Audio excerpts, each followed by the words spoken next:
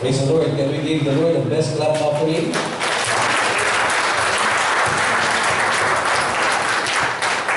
Praise the Lord. Thank you. Praise the worship team. Can you please bring the person beside you, the person on the back, and say, I'm blessed to see you, my brother and my sister.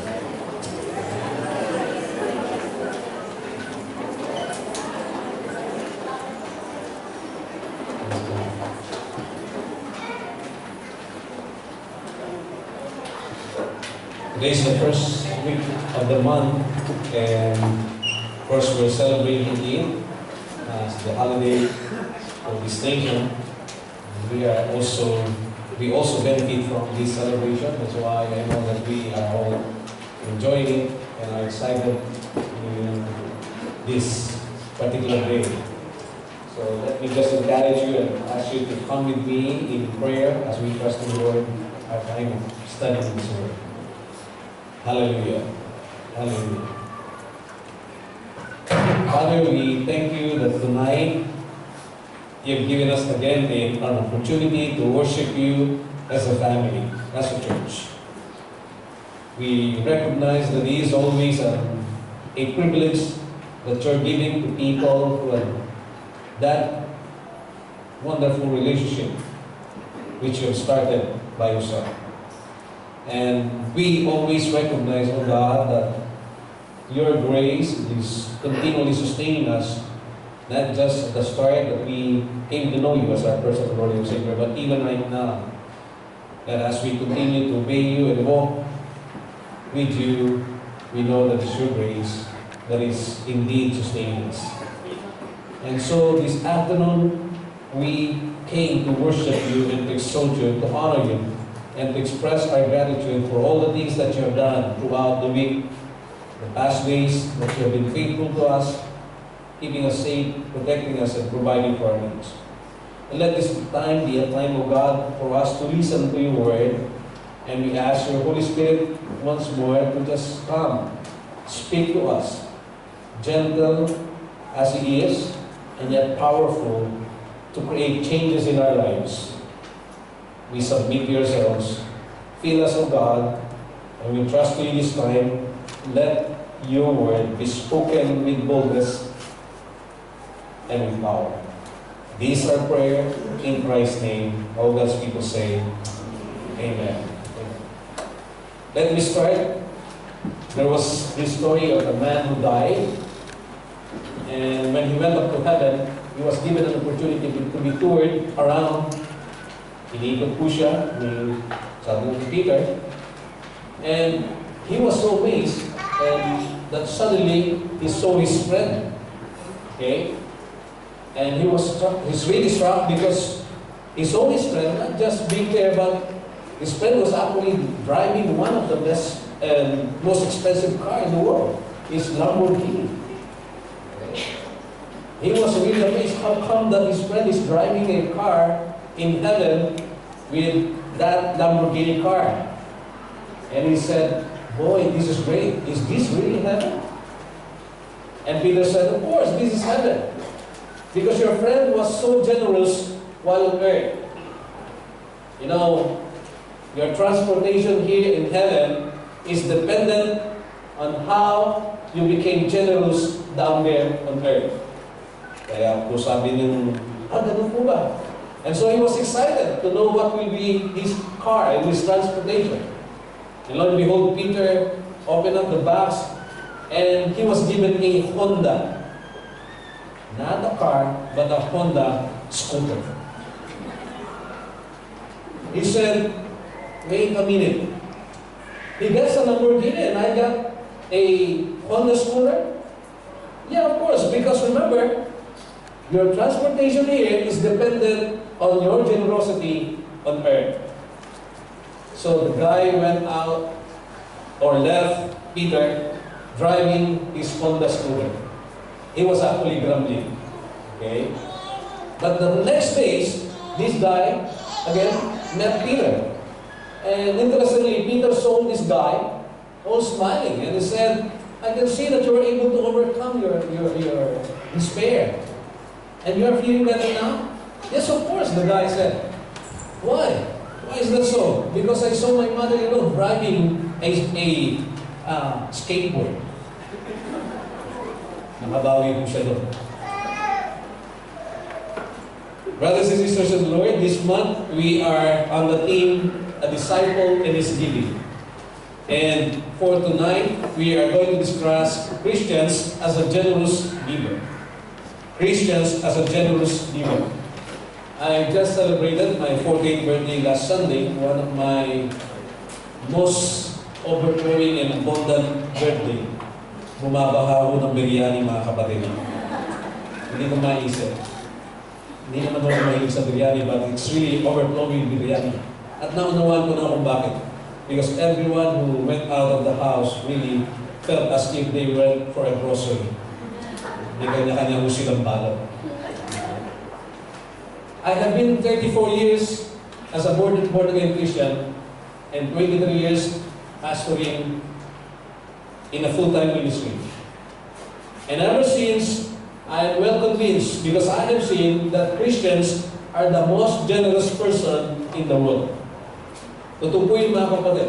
Kung meron isang natatak sa isip ko, when I was still a kid, when I got to know the Lord Jesus Christ as my personal Lord and Savior, I realized that the most generous person in the world are Christians. Hindi mo pagsabi sa katabi mo, ikaw yun, kapatid.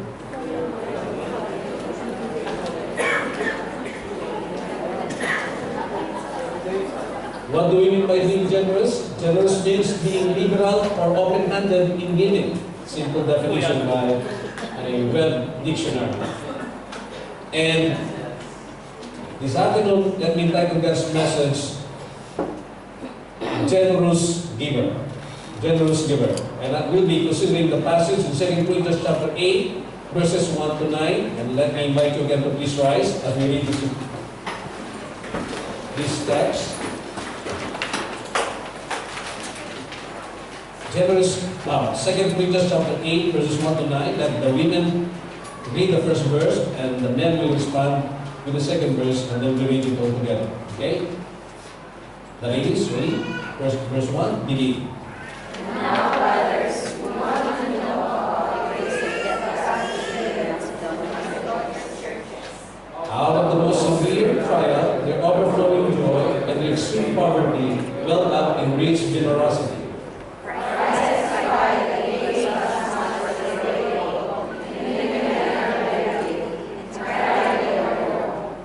They urgently pleaded with us for the privilege of sharing in His service to the saints.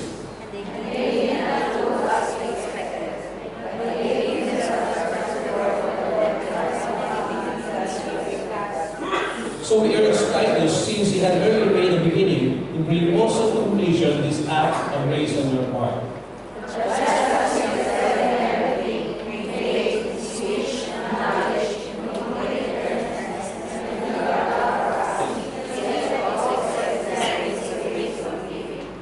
I'm not commanding you, but I want to test the sincerity of your love by comparing it with the earnestness of others. For you know that the grace of our Lord Jesus Christ, that though He was rich, yet for your sakes He became poor, so that you through His poverty might become rich. God bless the reading of His word. We may be seated. Thank you very much. From this text, we're going to consider the act of a generous giving, the attitudes of in generous giving, necessary in generous giving, and the ability in generous giving. Three things from this passage. Okay? Let's consider first the first point, which is the act of generous giving. How or what is a generous giving? Okay? Let me give a short background of the passage. Brothers and sisters in the Lord, when Paul wrote this passage for the Corinthian church, he was actually encouraging the Corinthian church or Christians to help the needy saints in Jerusalem. Meron po silang problema ng panahon na yun because of too much tax, and there was a famine, there was an economic problem sa kanilang bansa, sa Roma, na masyado nabigatan po ang mga Kristiyano to the point that one church were actually suffering from some poverty. And Paul was exhorting the Corinthian church, okay, to give and help to the needy, particularly the church in Jerusalem. And in doing so, he actually set an example, used an example of one particular church, which we call as the Macedonian church. Okay? He was actually encouraging a Corinthian church. But to do that, he was exemplifying the work done by the Macedonian church. Why? Because they had shown an outstanding generosity in their giving. Napaka-generous po nila. How did they give generously? First, let me say, that they gave sacrificially. Okay? Generous giving is seen when people give sacrificially. Verse 23 will tell us how they did that. It says, Paul said, out of the most severe trial, their overflowing joy and their extreme poverty welled up in rich generosity. For I testify that they gave as much as they were able, and even beyond their ability. The good thing about this church, the Macedonian church, is that when they gave sacrificially. How? They were actually giving at the time that they themselves were in need. They were suffering from some severe trial. Not just a trial or problem, but actually the word that was used was severe. Medyo mabigat po yung kanilang kabigatan ng mga problema, and yet they were able to extend to the church in Jerusalem. Not only that, Paul used the word extreme poverty. Talaga may kahirapan. This church is a poor church, and yet, amazing, they were giving and helping other churches. And thirdly, Paul used the word, they give beyond their ability. Can we really give beyond our ability? What does it mean to give beyond our ability? Pwede ka bang magbigay ng higit pa sa iyong kakayanan? Okay? When I'm trying to understand this, I'm trying to simply think of how do we spend beyond our ability. Okay? Di ba? May mga tao, when they spend not only in their capacity, but beyond their capacity. Yan. May mga tao na kapag nag-spend ng kalang income, hindi pa kung dumarating yung kalang sweldo, parang nagastos na. Yan. Yun yung spending beyond their ability. Okay, balik na rin lang po natin yun.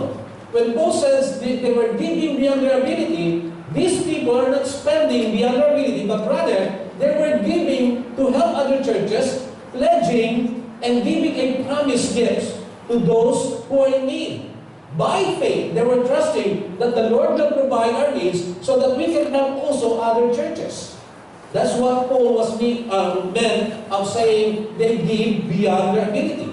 Again, let me tell you that this church is indeed a poor church. And this is one thing that we're going to learn, brothers and sisters in the Lord. That giving and generous giving, it is not a monopoly of the rich people. Kailanman ang pagbibigay at lubos ang pagbibigay. I don't know yung medyo Tagalog ng generous eh. No? Kasi kung pag-usapan na po yung salitang generous, sa Tagalog ang pwede lang natin gamitin is galante. Di ba? Yung pagbibigay at galante yung pagbibigay ay maaaring ang isipan ng iba ay para lamang sa mga may kaya o may yaman. But no, you will find in your church, in this particular church, the Macedonian church, they were giving beyond their ability. Mahirap po sila pero they were giving sacrificially. Ibig sabihin mga kapatid again, that generous giving is not a monopoly of the rich. Hindi lang pwedeng sabihin na magalante lang yung mga taong may pera. Why? A good example is in Mark chapter 12 verse 41 to 44. Remember this story? It says, Jesus sat down opposite the place where the offerings were put and watched the crowd putting their money into the temple treasury. Many rich people threw in large amount.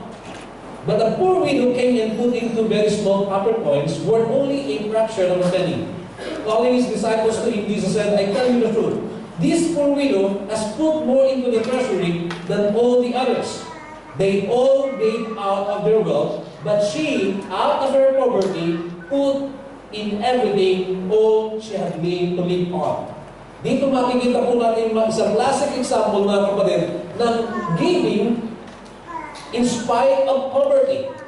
The woman was commended by the Lord Jesus Christ because others were giving out of their wealth. But this woman is giving actually kahit na siya'y nasa kahirapan.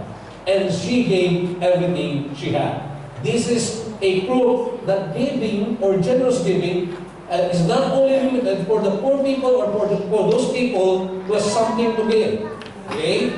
Because we have the idea, and people have the idea that to be wealthy or to give, you have to be wealthy in order to give. If I had more money, if I made just this much more than I could give, then I could give more. Now, meron lang problema dyan mga kapatid. Ano po? It's just like a member who told his pastor, Pastor, if I only own 50 cattle or house, and I have that in my barnyard, I will give 50% of that. I will give half of that. 25 of that cattle will go to the church. And the pastor said, God bless your heart, my brother. And then, not for long again, the guy said, Pastor, if I just have 25 books, I'll give half of that to the church so that we can support the work of the church. And again, the pastor said, Brother, I really appreciate your heart. God bless your heart. And the guy again said again, Pastor, if I have just 10, at least 10 goats or chickens, I will give half of that to the church so that we can move on and fulfill the command of the Lord. Then the pastor said, I'm really impressed, my brother. But don't you own 2 pigs and you have it in your barnyard right now? And the guy said, that's unfair, Pastor. That's the only thing I have. Minsan, yung iba, nanangako, and they were thinking, kung manalo na ako sa loto ng 1 million, walang problema. Ibibigay ko sa church yung kalahati o yung 10%. Di ba? Who among you ever thought of that? If I only will win in the lottery, I'll definitely help the churches. As a pastor, I thought of that. Lord, kung bibigyan mo lang ako that will not be a problem. No? But the problem is, many times people will think that you can only give when you have much. Huwag po tayong magkamali mga kapatid. God looks at our hearts and our faithfulness in giving little things before we can start with greater things. Amen po ba? Minsan, matutuklasan natin that giving starts with small things. And if a person haven't learned to give in little things, chances are they won't give at all, even when greater things comes in their way. Hindi po. It starts with little things. Kaya hindi po pwede mag-monopolize ang sino may pera at may kayamanan to say that they can give if they have much. No. We start giving even small things. That's why we appreciate our Friday school teachers in teaching our kids to give, offering even on their kids. Because later on, they'll not leave that practice. Magiging bahagi na po ng buhay nila. I haven't had a problem with my daughter giving to the Lord. In fact, many times, she gave more than to what she received from us. Why? Because ever since that she was a kid, she was taught that giving to the Lord is a must and it's a joy. That's why, even right now, whatever she received, there will always be a counterpart of that to give to the Lord and to the church. Why? She started learning giving when she was still receiving small things. Now, John Rockefeller, the first billionaire in the world, says this thing. Okay? Sabi po ni John Rockefeller. I think because it's not there. Sabi niya po, I never would have been able to give from my millions if I had not tithed off of my first job, which I paid $1.50 a week. Sabi niya, I would not have been able to give with my millions right now kung hindi ako natutong magbigay kung ako'y nagtatrabaho pa lang at ang sweldo ko ay $1.50 a week. John Rockefeller is the first billionaire in the world. He owns all companies, medical research institutions, and wherever the United States are being thought of about economy and riches, they first consider John Rockefeller. And even in this time, even buildings can be compared. Hindi po pwede ikumpara. Because during his time, he was alone and earning a lot, and he died again with all those riches. Yet, most of those incomes went to the churches. It helped a lot of churches. Now, again, it shows, brothers and sisters of the Lord, that giving is not a monopoly of the people who are those rich. Because giving can be done, especially of those who are poor and yet they're willing to sacrifice. This is what we have seen in the Church of the Macedonian. They gave sacrificially. Secondly, they gave it sacrificially, but they did it joyfully. Okay? Hindi mo sila nagbibigay, nagsasakripisyo sila, pero hindi mo makikita sa mga mukha nila na sila'y malungkot. Because Paul said that there was an overflowing joy. Out of the most severe trial, their overflowing joy really was very evident. And the term refers to really a literal water flowing with water, literal glass flowing with water, overflowing with water. They won't give at all. Alam niyo po, kapag wala silang kagalakan, ito po yung church na yun. They have given sacrificially, they give joyfully. This describes the ultimate joy that a person would have whenever he gives. Because by the way, 2 Corinthians 9:7 says, God loves a cheerful giver. And we know that God is more concerned to the measure of our hearts than to the measure of our gifts. Mga kapatid, mas mahalaga mo sa Panginoon kung ano yung laman ng puso natin at yung laki ng puso natin kaysa sa laki ng ibinibigay natin. Amen po ba? Wala po yan sa laki. While God would like us to give much and be generous, again, we should be careful that we give it with a joy. Meron pong kagalakan sa ating puso. This is the kind or act of giving that the Macedonian church has. They really gave sacrificially and they gave with joy. Now, the second thing that we'll find is their attitude in generous giving. Their attitude in generous giving. You see, giving flows from an attitude, two things. First, it was an attitude of willingness or desire to share. Okay? The verse 4, it says, they urgently pleaded with us for the privilege of sharing in the service to the saints. Now, saan kayo makikita ng church, mga kapatid? That they were insisting, sabi ni Paul, urgently pleading. Verse 4, they were urgently pleading with us for the privilege of sharing. They won't be stopped. Ayaw mo nilang mapigil. Nagsisiksiko sila. Ibig sabihin, ayaw nilang walang bahagi sila sa gawain ng Panginoon. They were really has the attitude of being a part of the work of God. They want to share. They want to take the privilege of sharing in the burden in the work of God. Ito po yung puso ng mga tao sa Macedonia. This is the kind of attitude they have. They consider giving as a privilege, never a burden. Never a burden. That's why they were overflowing with joy. You see, sometimes you can see a Christian, whether he has the right attitude, that whenever he gives, you look at his face. Nakasibangon ba? Seryoso ba?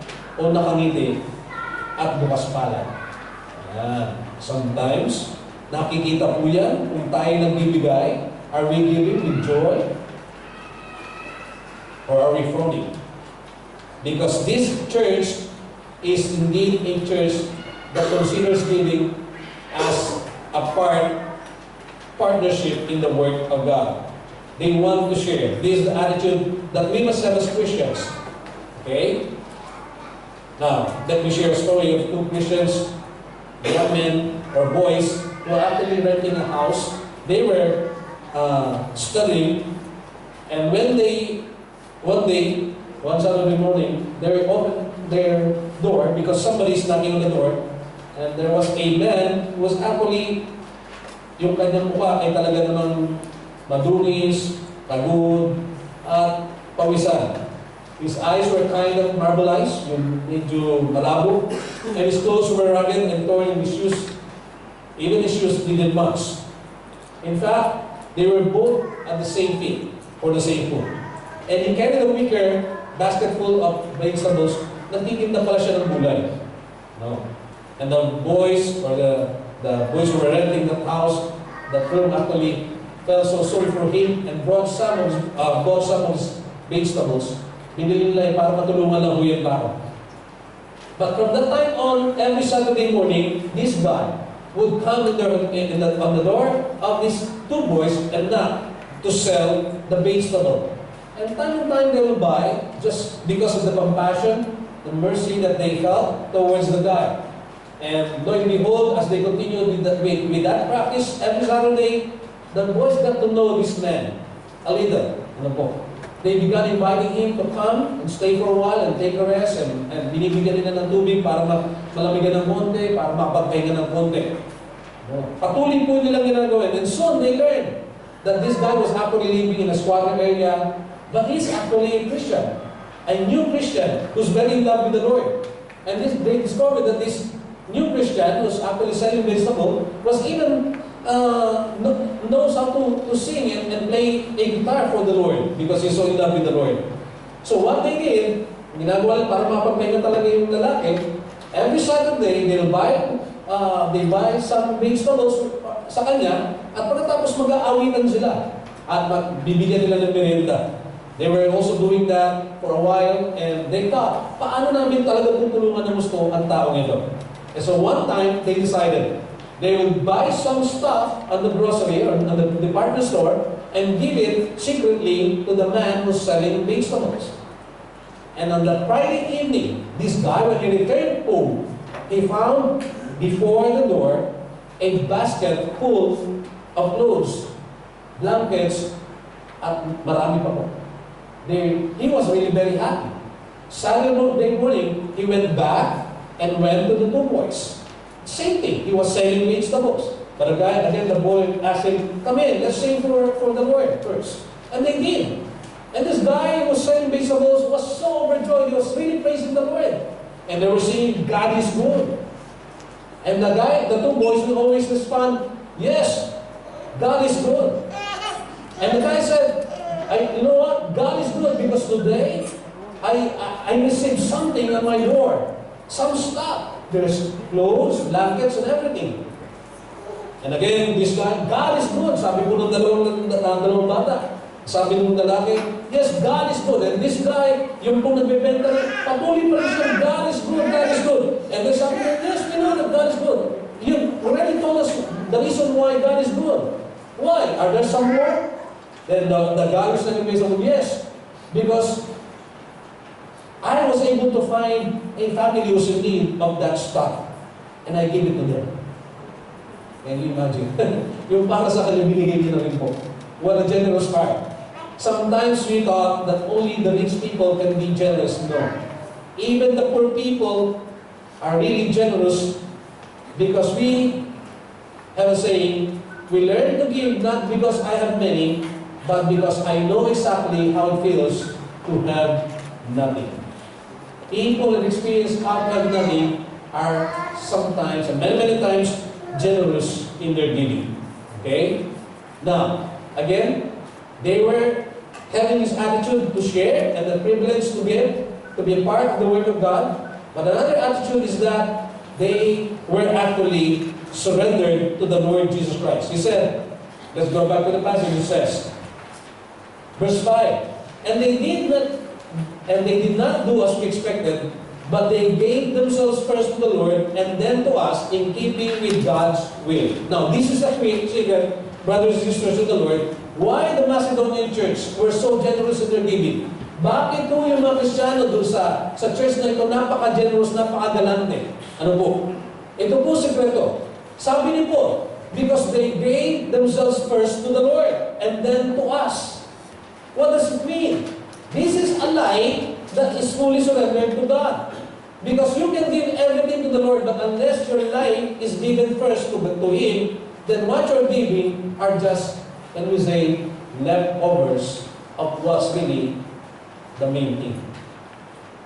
Parang ang binibigay lang ng tao sa kanya, sa Panginoon, kapag binibigay nila ay mga bagay sa kanila, pero hindi muna yung kanilang sarili, ay parang tira-tira. Why? Because true giving starts when we first give ourselves to the Lord. Amen po ba? Hello? Gising pa po ba kayo? Apo. Giniginaw na po kayo. Totoo po yun. True giving starts when we first give ourselves to the Lord. You can give everything you want, but unless your life is first surrendered to the Lord, I would say that you're just giving the leftovers of your life. Yung tira-tira lang. Because God wants more of your life, of your heart, rather than those things that you have at the moment. Mas gusto ng Panginoon yung buhay na nakasuko kaysa yung mga buhay o yung mga bagay na binibigay natin sa Kanya. Huwag po tayong magkamali. It's good to offer something to the Lord.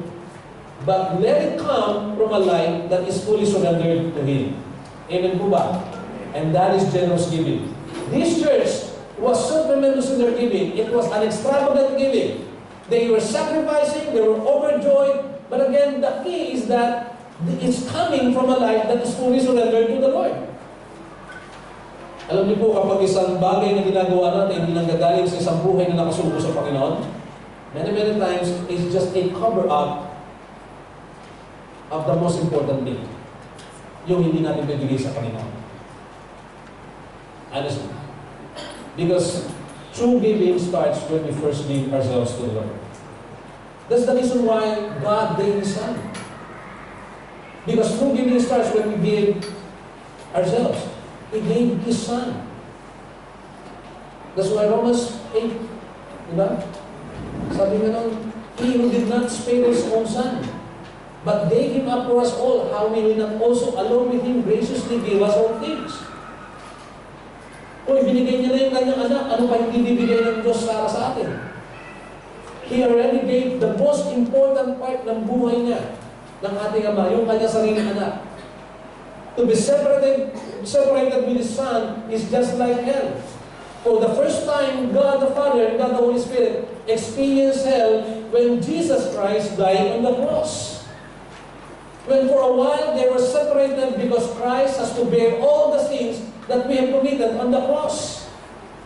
Doon po yung pagkakataon, mga kapatid, wala sa tanang buhay ng ating Diyos na nagkahiwala yung tatlong persona, but only at the time when Jesus was on the cross.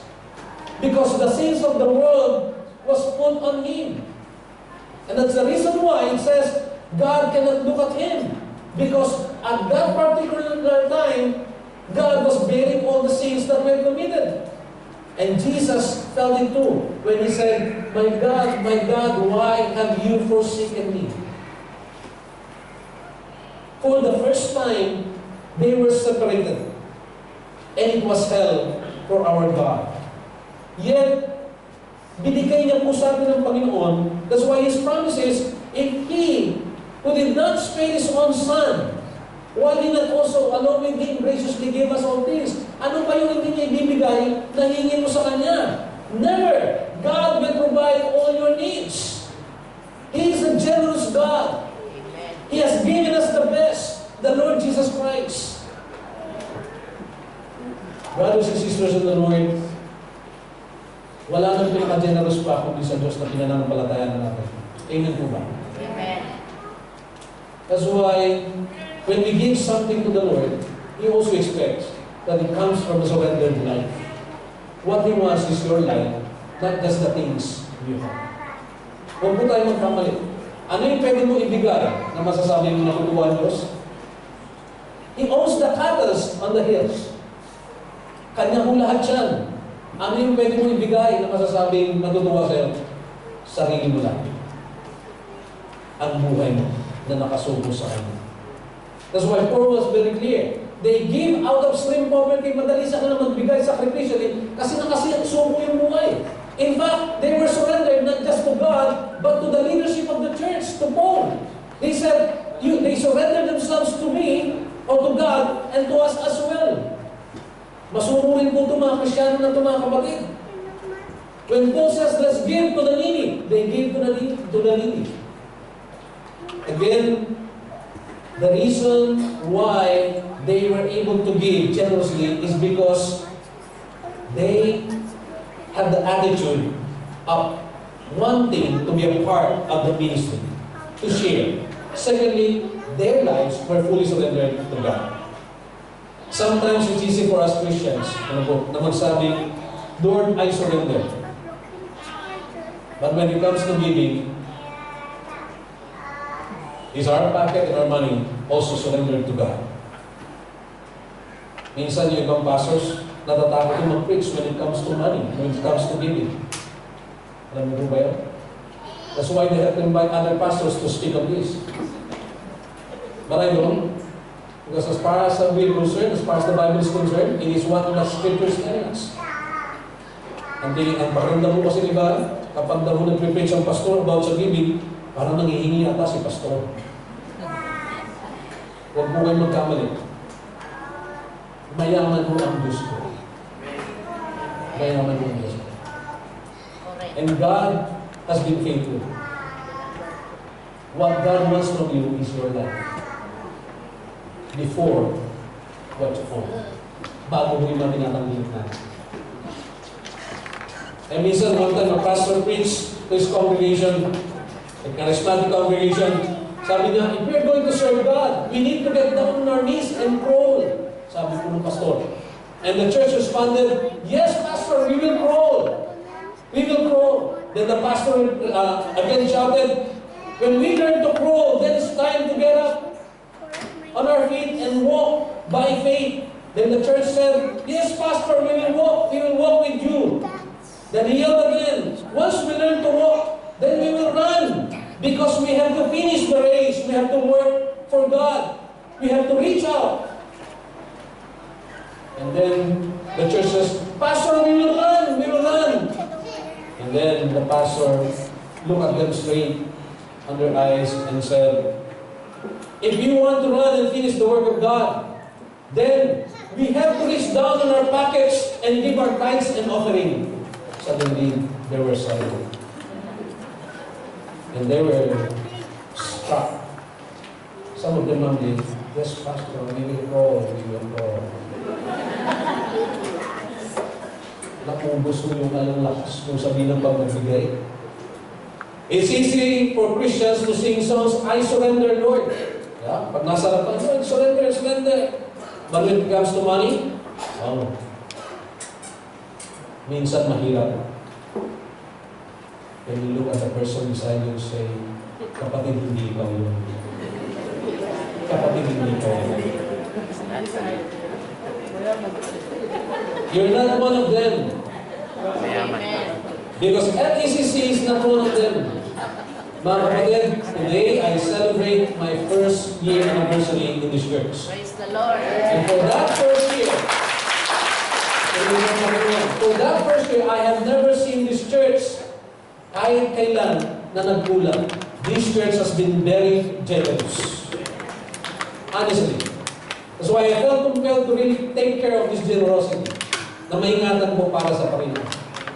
That's the reason why grace and abundance are overflowing. We can easily see prayers being answered by the Lord. Ang dali mo natin makita yung mga kapatid nakakahanap ng trabaho. Praise the Lord. If I can only ask you, a lot of you who can stand here and testify how really the Lord brought you into this nation and provided the work that you want. Kamakailan lang, may kapatid tayo, nagulat siya kung paano binigay sa kanya ng Panginoon. Because you know why? Yung kanyang unang pag-asawa na narito was constantly attending the church and was praying with us about the work. It was provided for them exactly the work that they want. Why? When we strive to become generous before the Lord, God will bless us more. Amen po ba? Now the last thing that I'd like to share is the ability in generous giving. Okay? The ability in generous giving.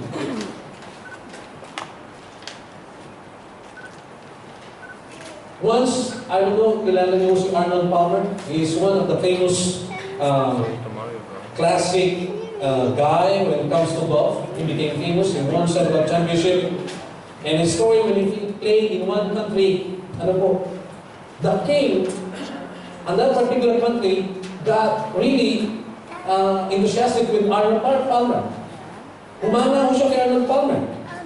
This king was so impressed that he wanted to really meet Arnold Palmer and just have a chat. And during their conversation, it happened that he was really amazed on this guy, Arnold Palmer. He's so kind. And so the king said, because you have really allowed me to talk to you, is there any gift that you want that I can just offer to you so that as a gesture of my appreciation for your coming? And Arnold Palmer said, because as a humble guy, said, no, it's okay. It's all my honor to meet you, my king. And so the king insisted, no, let me just give you something. And Arnold Palmer cannot think of anything. And he just said, all right, my king, you can just give me another dog club, pamalo ng book. And the king smiled and said, all right. And then they parted ways. The next day, Arnold Palmer received a letter. And inside that letter is a deed of contract for a 200-acre lot. 200-acre lot, mga kapatid. He was not given a golf club. He was given a lot for a golf place. Napaka-generous mo. How I wish we could have somebody to give us that gift. Napaka-generous. What an elaborate or extravagant gift. But ladies and gentlemen, once in our lives, we have a king who gave us the most important and generous gift in our lives. Our King, the Lord Jesus Christ. Amen po ba? Wala na akong tataan niya. Now, ang tanong, do you believe that we have a generous God? Amen po ba? We have been blessed by His generosity ever since until now, and He never fails. But the question is, are we a generous giver? 2 Corinthians 9:6 says, remember this, whoever sows sparingly will also reap sparingly, and whoever sows generously will also reap generously. I encourage you tonight, my brothers and sisters in the Lord, be a generous giver because we have a generous God. Amen po ba? God bless us all.